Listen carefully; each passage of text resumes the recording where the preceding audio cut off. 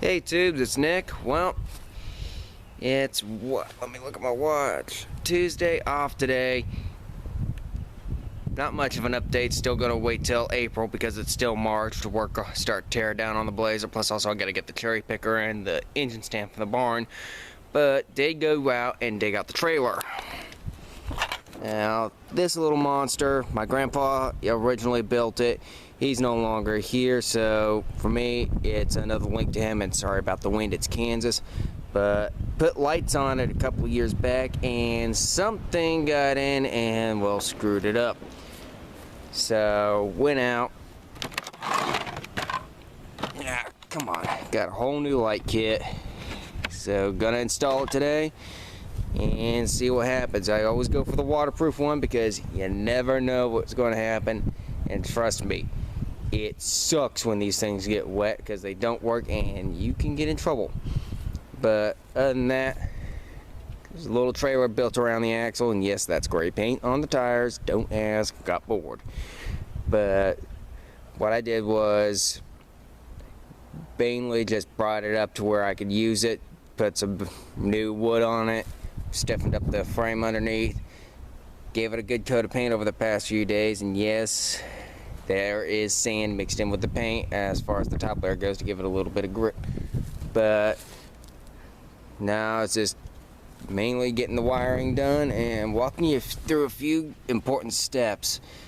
And yeah, it's all butchered up and thrown together, so gotta start by getting those ground bolts off and then ripping off the lights. So I'm gonna get on that and I'll be back with you in a few minutes. Yeah, excuse me, sorry there, I had a burp. Well, back and got all the old lights off. They're right there. Gotta save those for later. You never know when you're gonna need a spare set. But also got the grinder, ground all the ground locations clean, because they are critical all the time. And there's the main one. So let's open up this LED kit and see what we got.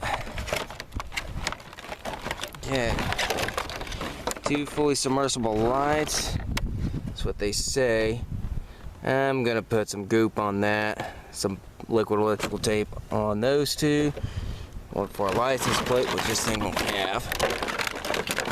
And of course, cheap 9-volt battery. Hooked up so you can just hit a button and see them light up. But don't have that. What's this? Come on.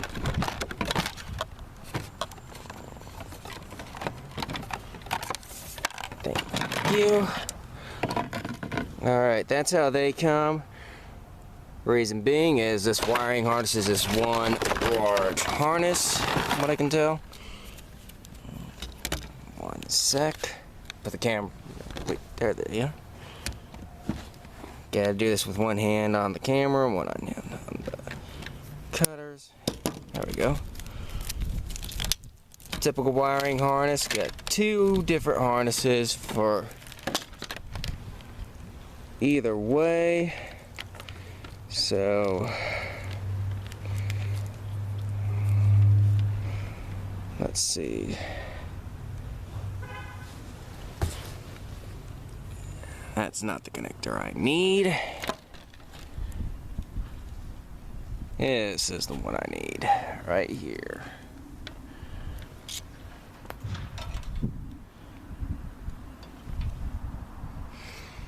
So,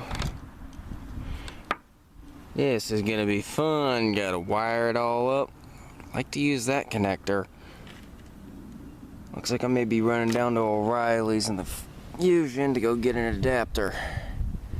So, parts run, here we come.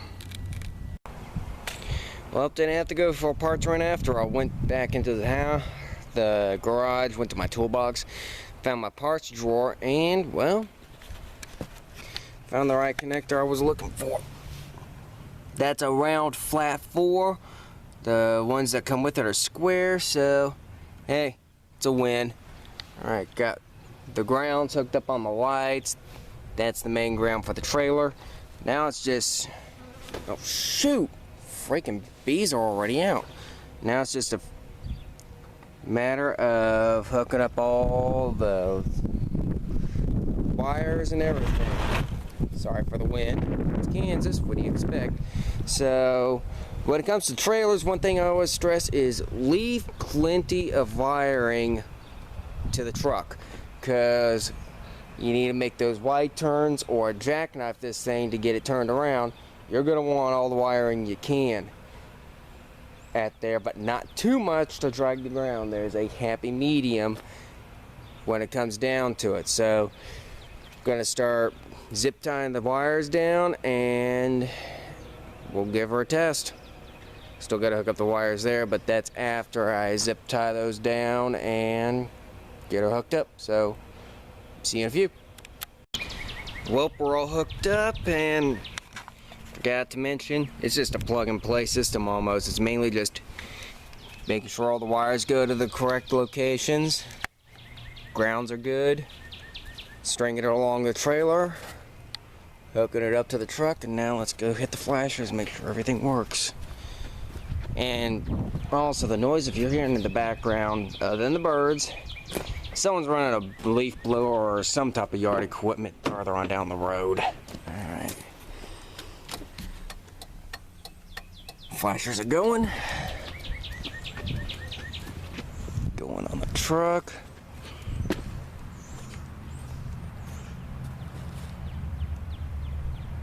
Okay, that ain't right. What do we got? What's this thing? Yeah, it's not even all the way in. There it is. It's in now.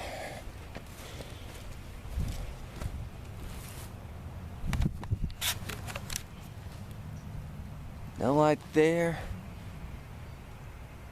That side's lighting up. The passenger side's lighting up, but the driver's side isn't.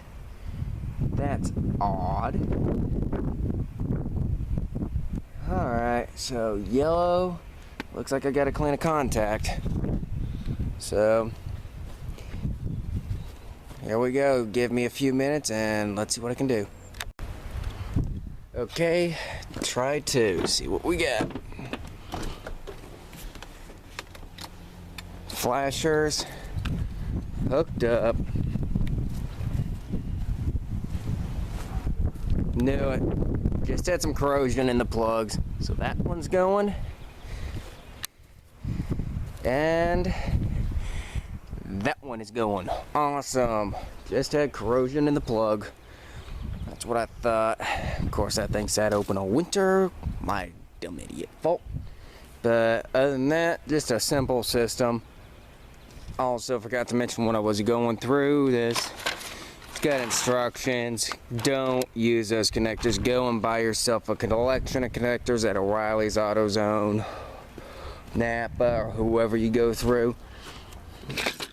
Get some butt connectors or these suckers, because they work a heck of a lot better than those other connectors that are in there. But don't throw those away, because you never know when you're going to need connectors like that, including these monsters. Ooh, can use that for something. But don't throw any of those connectors away. You never know when you're going to need them. So I'm going to tidy up real quick. Then gotta move the truck trailer and fire up the smoke. Now, actually, I gotta run to Arc City, because gotta go take a look at some prices on parts. So, peace out for now. Till then, wait till about the 1st of April when I get the chance. But expect some more videos coming, because I also resurrected a potato gun, and you're gonna see it destroy something. So, later.